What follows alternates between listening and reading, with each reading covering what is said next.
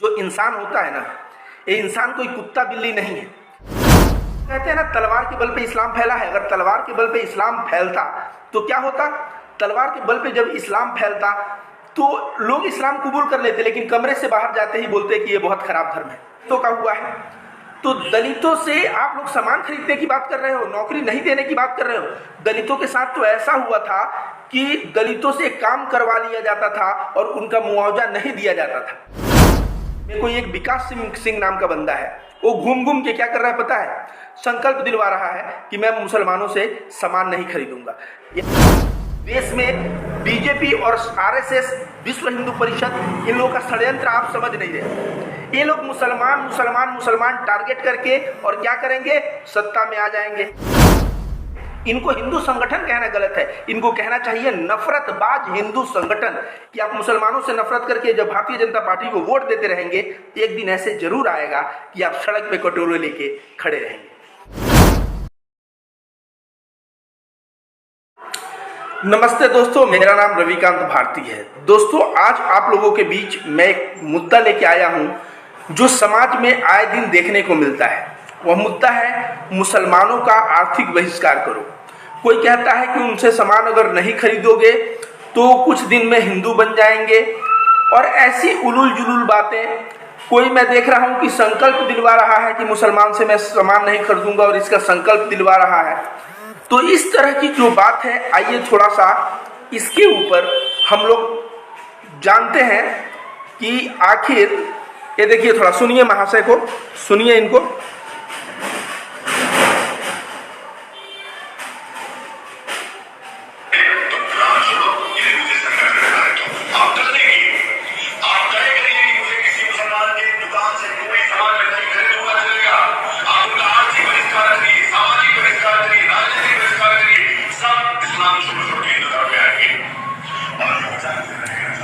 तो ये महाशय जी कह रहे हैं कि मुसलमानों का आर्थिक बहिष्कार करिए, सामाजिक बहिष्कार करिए, राजनीतिक बहिष्कार करिए, और आप तय करिए कि आप मुसलमानों के दुकान से कोई सामान नहीं खरीदेंगे, और इससे मुसलमान भागे भागे हिंदू धर्म में आएंगे, और इस तरह से हिंदू धर्म बढ़ता जाएगा। तो इन महाशय जी का चेहरा एक बार और देख लीजिए। इनको मैं एक जवाब देना चाहता हूँ। जवाब यह है कि क्या भारत में इसके पहले किसी का आर्थिक, सामाजिक और राजनीतिक बहिष्कार हुआ है कि नहीं? बिल्कुल हुआ है। किसका हुआ है? दलितों का हुआ है। तो दलितों से आप लोग सामान खरीदने की बात कर रहे हो, नौकरी नहीं देने की बात कर रहे हो। दलितों के साथ तो ऐसा हुआ था कि दलितों से काम करवा लिया जाता था और उनका मुआवजा नहीं दिया जाता था। इसी को कहा जाता था बंधुआ मजदूर। बंधुआ मजदूर मतलब उनसे काम करवा लो, उनको पैसा नहीं दो। सामाजिक बहिष्कार की बात करते हो, दलितों के साथ कितना सामाजिक बहिष्कार हुआ था? दलितों का दिया हुआ जो पानी है वो पानी नहीं पिया जाता था। एक तालाब से कुत्ता पानी पी सकता है, ब्राह्मण पानी पी सकता है, लेकिन अगर दलित तालाब से पानी पी लिया तो पूरा का पूरा तालाब दूषित हो जाता था। दलितों के पास जो है जाने की जो बात थी कि दलितों के पास घर जाना तो छोड़िए, दलित अगर ब्राह्मणों के यहाँ आते थे तो उनको दूर और नीचे बैठाया जाता था, उनको अछूत कहा जाता था। तो जो सामाजिक बहिष्कार आपने दलितों का किया, आर्थिक बहिष्कार किया, नतीजा क्या मिला? नतीजा ये मिला कि वो दलित आज अपने आप को हिंदू मानने से इनकार कर दिया है। वह कहता है कि मैं हिंदू लोग जो मुझे इतना शोषण किए हैं, मैं वो हिंदू नहीं हूँ, और वे हिंदुओं के देवी देवताओं को भी देवी देवता जो है मानने से इनकार कर दिए हैं। आपको विश्वास नहीं है तो ये जितने भी दलित बस्तियों में चले जाइए, आप बिल्कुल पाएंगे, और उनका वाजिब भी है। वे कहते हैं कि मैं अपनी मान और स्वाभिमान के लिए, जो मेरे पूर्वजों के साथ, मेरे साथ इतना अछूत, इतना भेदभाव, हम लोगों को बंधुआ मजदूर बना के रखा गया, ऐसे में सही मायने में देखा जाए तो हम लोग हिंदू धर्म पे विश्वास नहीं करते। तो जब आपने दलितों का आर्थिक, सामाजिक बहिष्कार किया, परिणाम सामने निकला कि दलित आज अपने आप को हिंदू मानने से इनकार करता है। इसलिए आरएसएस, विश्व हिंदू परिषद, बजरंग दल आज लोग अपना पूरा एफर्ट क्या दे रहे हैं कि जो है मुसलमानों से नफरत करो और सारे हिंदू एक हो जाओ। जात पात में बटोगे तो मुसलमान हावी हो जाएंगे। ये मुसलमानों से डर दिखा दिखा के दलितों को कहते हैं कि तुम जो है तुम हिंदू हो, और जबकि वो दलित कहता है कि मैं हिंदू नहीं हूं। तो इसी तरह से जब मुसलमानों का आप सामाजिक और आर्थिक बहिष्कार करोगे तो आप समझ रहे हो कि मुसलमान हिंदू बन जाएगा। हिंदू बनने के बजाय उसके दिल में हिंदू धर्म के प्रति नफरत हो जाएगी। तो मुसलमानों का आर्थिक बहिष्कार करना, उनसे सामान न खरीदना एक कदापि कभी भी एक सॉल्यूशन नहीं है। जो लोग इस्लाम को नहीं अध्ययन किए हैं, इस्लाम को नहीं जानते हैं, मैं उनके ज्ञान के लिए बता दूं कि इस्लाम में एक समय ऐसा था कि मक्का में मोहम्मद साहब को और इस्लाम के मानने वाले को पूरा आइसोलेट कर दिया। आइसोलेट मतलब उनको न कोई दाना पानी देता था, न उनसे कोई बातचीत करता था, न उनके पास कोई जाता था। तो आर्थिक सामाजिक ये सारे बहिष्कार ऑलरेडी मुसलमानों के कर दिए गए थे, लेकिन मुसलमान उस वक्त भी अपने ईमान पे टिका रहा। अगर आप आर्थिक बहिष्कार करोगे, सामान नहीं खरीदोगे और सोचोगे इस डर से वो हिंदू बन जाएगा, तो वो हिंदू बनने से नहीं बल्कि वो हिंदुओं के प्रति उसके अंदर थोड़ा नफरत हो जाएगी। और इस तरह से हिंदू धर्म जो है बदनाम, जिस तरह से संघ और जिस तरह से हिंदू धर्म को खतरा आरएसएस, विश्व हिंदू परिषद, इन लोगों से है, एक खतरा और बढ़ जाएगा और पूरे विश्व में हिंदू धर्म के नाम पे जो है लोग हंसेंगे कि किस तरह के धर्म के लोग हैं जो सामाजिक और धार्मिक और आर्थिक मतलब इस तरह का बहिष्कार के ऊपर बात करते हैं। याद रखिए दोस्तों, जो इंसान होता है ना, ये इंसान कोई कुत्ता बिल्ली नहीं है। कुत्ता बिल्ली को हम क्या करेंगे, उसको भूख लगा है और उसको एक रोटी मान लीजिए मैं हाथ में रखूं और जैसे पैर के पास फेंकूंगा वो खाएगा और पैर पे सहलाने लगेगा जैसे आपने बहुत बड़ा कार्य किया। लेकिन इंसान के पास क्या है पता है, इंसान के पास दिमाग है। उसको कुत्ता बिल्ली नहीं है कि उसका जो है अनाज छीन के थोड़ी देर बाद अनाज दे दोगे, उसको आर्थिक बहिष्कार कर दोगे और ऐसे में वे आपको धर्म को कबूल लेगा। ये ऐसा जो है बहुत बड़ी भ्रांति में जी रहे हैं ये लोग। मैं जैसे कि अभी मैं चंदौली जिला में कोई एक विकास सिंह नाम का बंदा है, वो घूम घूम के क्या कर रहा है पता है, संकल्प दिलवा रहा है कि मैं मुसलमानों से सामान नहीं खरीदूंगा। यार मुसलमान जानते हो, वो मानते हैं कि जो भोजन है ना वो कौन देता है पता है, अल्लाह देते हैं। वे लोग मेहनत करते हैं सिर्फ और भोजन देने वाले अल्लाह है। जो व्यक्ति, आप ऐसे मान लीजिए गरीब मुसलमान एक केला बेच रहा है, ऐसे गरीब मुसलमान का आप बहिष्कार करोगे और केला नहीं खरीदोगे तो आपको लगता है ये भूखे मर जाएगा। एक लेबर है, उसको अपने फैक्ट्री से नौकरी से निकाल दोगे तो लगता है भूखे मर जाएगा। याद रखो, ऐसा कहा जाता है भगवान ने जिस व्यक्ति को पैदा किया है उसके लिए उसका भोजन का व्यवस्था भी किया है। आज की डेट में बेरोजगारी चरम सीमा पे है, फिर भी लोगों को भोजन मिल जा रहा है। तो याद इस बात को आपके दिमाग में एक गांठ बांध लेनी होगी कि इंसान अगर पैदा हुआ है तो उसके लिए भोजन जो है, उसके लिए भोजन इस धरती पे उपलब्ध है। आपका आर्थिक बहिष्कार और सामाजिक बहिष्कार से कोई डर के और आपका धर्म नहीं कबूल लेगा। हिंदू धर्म को अगर कबूलवाना चाहते हो तो विनम्र बनो, ऐसा चरित्र दिखाओ, दूसरों से प्रेम करो, दूसरों को सेवा करो, लोग लगे कि हाँ एक हिंदू होता है तो ऐसा हिंदू होता है। और जब लोगों को ऐसे दिल से लगने लगेगा तो लोग 100% क्या करेंगे, वो सोचेंगे कि जिस धर्म को मानने वाले लोग इतने विनम्र हैं, इतने अच्छे हैं, तो वो धर्म में आने को एक बार सोचेगा।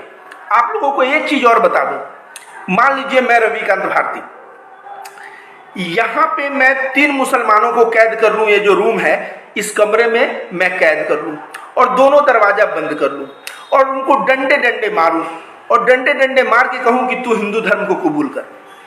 वे लोग हिंदू धर्म को कबूल कर लेंगे। हिंदू धर्म को जब कबूल कर लेंगे तो मैं उनको आजाद करूंगा कि नहीं करूंगा? मैं बिल्कुल आजाद करूंगा।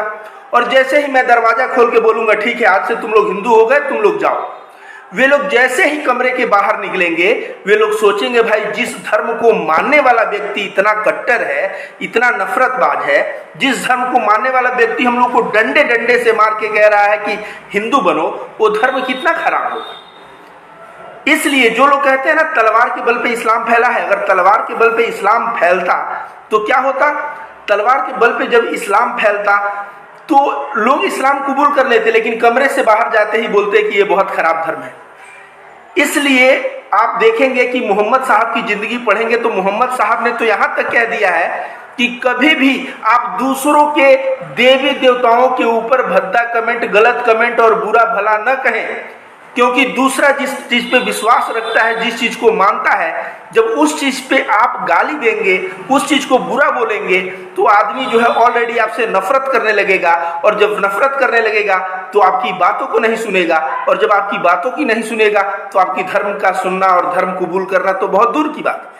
तो मोहम्मद साहब ने तो यहां तक कहा कि किसी भी देवी देवताओं की तुम बुराई मत करो। उन्होंने कहा तुम अपने मैसेज को दो, तुम जिस मैसेज पे विश्वास करते हो। तो मैं यही कहना चाहूंगा इन नफरतबाजों से कि अभी भी जो है देश में बीजेपी और आरएसएस, विश्व हिंदू परिषद, इन लोगों का षड्यंत्र आप समझ नहीं रहे। ये लोग मुसलमान टारगेट करके और क्या करेंगे, सत्ता में आ जाएंगे, और सत्ता में आने के बाद क्या करेंगे, जब सत्ता में आ जाएंगे तो मुसलमान कह के तुम्हें हिंदुओं को बेरोजगार रखते हैं कि नहीं रखते हैं। गैस का दाम केवल मुसलमानों के लिए बढ़ता है, हिंदुओं के लिए नहीं बढ़ता। आप बताइए, पेट्रोल का दाम केवल हिंदुओं के लिए बढ़ता है, मुसलमानों के लिए नहीं बढ़ता, दोनों के लिए बढ़ता है। इसका मतलब आप सही मायने में अपने बेटे को बेरोजगार रखना चाहते हो, आने वाले नस्ल को बेरोजगार रखना चाहते हो, आने वाले नस्ल को नफरती बनाना चाहते हो, आने वाले जो है नस्ल को भिखारी बनाना चाहते हो। तो आप इस तरह का जो प्रोपोगेंडा, जो विश्व हिंदू परिषद और आरएसएस और पुष्पेंद्र कुलश्रेष्ठ ये जो प्रोपोगंडा चला रहे हैं, इस प्रोपोगंडा का आप समर्थन करते रहिए। और मैं गारंटी देता हूं कि आप मुसलमानों से नफरत करके जब भारतीय जनता पार्टी को वोट देते रहेंगे, एक दिन ऐसे जरूर आएगा कि आप सड़क पे कटोरे लेके खड़े रहेंगे। तो इसलिए जो लोग भी ऐसा सोचते हैं कि इनका बहिष्कार करने से ये हिंदू बन जाएंगे, ये नासमझी की बात है। बल्कि आप लोग हिंदू धर्म के नाम को और खराब कर रहे हैं, हिंदू धर्म को खतरे में डाल रहे हैं। और मैं ऐसे लोगों से गुहार लगाऊंगा कि आपको सही मायने में हिंदू धर्म का प्रचार करना है, प्रसार करना है, तो भागवत गीता को लेके जाइए, प्रेम की बात करिए, सद्भाव की बात करिए। आपका ईश्वर जो भागवत गीता में बताया है उसको लोगों तक बताइए, उस तरह का व्यवहार बनाइए। और जब आप उस तरह की भागवत गीता पे आचरण करेंगे, वैसा व्यवहार बनाएंगे, तब लोगों को वह बात बताएंगे, लोग डेफिनेटली प्रभावित होकर आपके धर्म में आएंगे। लेकिन आप सोचेंगे कि किसी का आर्थिक बहिष्कार कर देने से लोग धर्म बदल लेंगे, तो यह निहायत ही मूर्खतापूर्ण है। आप लोगों को पता है, दलित आज जो है मायावती, कांसीराम, ये लोग जो है, इन लोगों का जो संगठन है 85-15 का, जो इन्होंने बात कहा कि 15% सवर्ण 85% बहुजनों पे राज कर रहे हैं, क्यों पता है? ये अगर हिंदू धर्म में दलितों के साथ छुआछूत नहीं हुआ होता, दलितों को बंधुआ मजदूर नहीं बनाया होता, दलितों के स्त्रियों के साथ, ये देखिए गोलवालकर, दलित स्त्री के साथ रेप होता है तो कहता है उनका नस्ल सुधारा जाता है। ऐसे ऐसे संघ के विचारक रहे हैं जो दलितों की बेटियों के साथ रेप को कहते हैं उनका नस्ल सुधारा जाता है। ऐसा में दलित अपने आत्मसम्मान की रक्षा के लिए, अपने स्वाभिमान की रक्षा के लिए, ये जो है आज वो बोलता है कि अंबेडकर जी ने हिंदू धर्म छोड़ के बौद्ध धर्म हो गए, तो मैं भी बौद्ध धर्म को अपना रहा हूं। मैं भदोही में रहता हूं, यहाँ पे ही एक गांव है, आप चले जाइए करसीढा, गांव का नाम मैं बता दे रहा हूँ, करसीढा।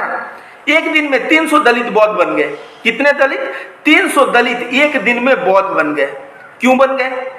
वहां के जो स्वर्ण लोग हैं, जब स्वर्ण लोग उन पे ऐसे करेंगे, स्वर्ण उनके पूर्वजों के साथ ऐसा शोषण करेंगे, तो आप सामाजिक बहिष्कार करोगे, उनसे छुआछूत करोगे, वो आएंगे तो दूर बैठाओगे, उनको मारोगे, पीटोगे, उनकी बहू बेटियां खेत में काम करती रहेंगी तो पकड़ के उनके साथ गलत कार्य कर दोगे, उनका बधुआ मजदूर की तरह अपने खेत में कार्य करवा के उनके हिस्से का अनाज नहीं दोगे, तो ऐसे में वे लोग हिंदू धर्म से बाहर जा ही सकते हैं।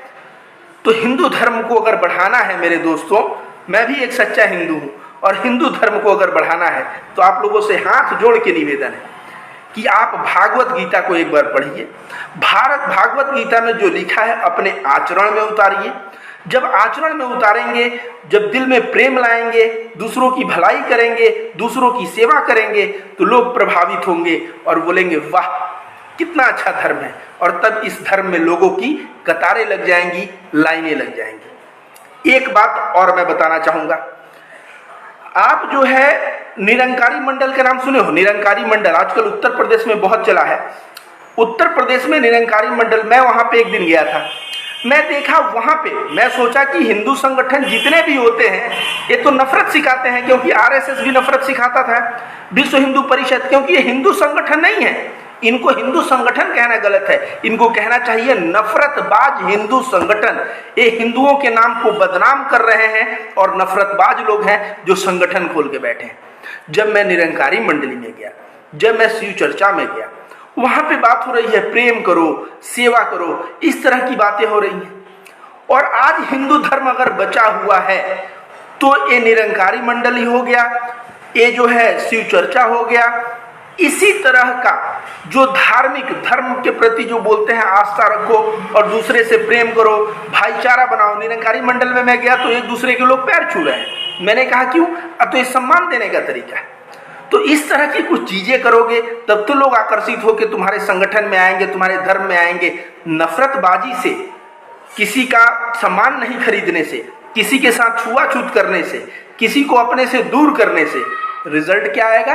रिजल्ट यही आएगा जो आज दलित छोड़ के जो बौद्ध धर्म में एंटर कर रहा है, यही रिजल्ट आएगा।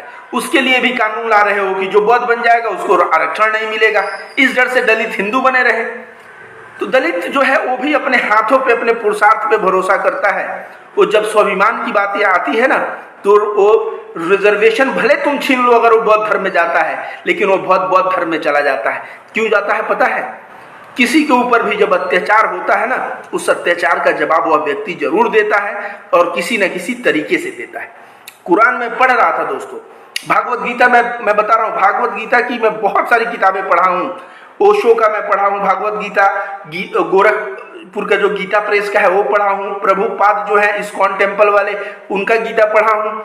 मैंने जो है गीता जो है अलगड़ानंद महाराज जी का पढ़ा है। देखा जाए तो उसके कई संस्करण मैंने पढ़ा है और गीता में मैं यही पाया कि जब भी युद्ध की बात हो रही है तो वह युद्ध कब बात हो रही है? आत्मरक्षा में। मैं इस्लाम को पढ़ा, इस्लाम में स्पष्ट लिखा हुआ है, सूरे बकरा में लिखा हुआ है कि अल्लाह को अत्याचार पसंद नहीं है। जब अल्लाह को अत्याचार पसंद नहीं है तो आप अत्याचार करोगे मुसलमानों के ऊपर और सोचोगे कि मुसलमानों पे अत्याचार करके उनको हिंदू बना ले, तो अत्याचार से कोई किसी को बदलता नहीं है, बदलता है तो प्रेम से। तो यही मैं कहूंगा आरएसएस को, यही मैं कहूंगा पुष्पेंद्र कुलश्रेष्ठ को, यही मैं कहूंगा यति नरसिंहानंद को, और इसी बात को मैं कहूंगा जितने भी नफरतवाद संगठन है उनको कि भाई नफरत छोड़ो और हिंदू धर्म का प्रचार करना है तो हाथ में गीता उठा लो और प्रचार प्रसार करो। और जब प्रचार प्रसार हाथ में गीता उठा के करोगे तो डेफिनेटली लोग सोचेंगे हिंदू कितना अच्छा धर्म है। आपको पता है महात्मा गांधी क्या करते थे? हाथ में भागवत गीता लेके घूमते थे और देखिए वो सबसे, हिंदू मुस्लिम सबसे एक समान प्यार करते थे। यही कारण है कि भारत के हिंदू धर्म को आज़ादी के, मैं कहूँ आज़ाद होने के 50 साल बाद तक पूरे विश्व में हिंदू धर्म को उदार धर्म और बहुत अच्छा धर्म माना जाता था। लेकिन जब से संघी मानसिकता के लोग की विचारधारा हावी हुई है तब से मैं देख रहा हूँ इस धर्म को पूरे विदेश में जो है इसके ऊपर जो है क्रिटिसाइज किया जा रहा है कि ये कैसा धर्म है, इस धर्म में नफरतबाज लोग हैं, कैसे लोग हैं। तो अंत में मेरा मैसेज यही है कि अभी भी समय है, समय रहते सुधर जाओ, प्रेम और सद्भाव सिखाओ लोगों को। नफरत बांट के, किसी का सामान नहीं खरीद के, किसी का सामाजिक और राजनीतिक बहिष्कार करके आप देश को बहुत, हिंदू धर्म को तुम बढ़ा नहीं सकते और देश को तो तुम गर्त में धकेल रहे हो, जिसका नतीजा है तुम बेरोजगार हो, जो है भीख पे डिपेंडेंट हो कि सरकार हमें अनाज देगा तो हम खाएंगे। उसी भीख पे डिपेंडेंट रहना चाहते हो तो ये सब करते रहो। अगर अपने पुरुषार्थ का इस्तेमाल करके पैसा कमाना चाहते हो तो अपने आप को बदलो, अपने विचार को बदलो और ये संघ, पुष्पेंद्र कुलश्रेष्ठ, इन सब का जो है ग्रुप छोड़ के रविकांत भारती जैसे लोगों के ग्रुप में आओ, तब तुम्हें समझ में आएगा। धन्यवाद दोस्तों।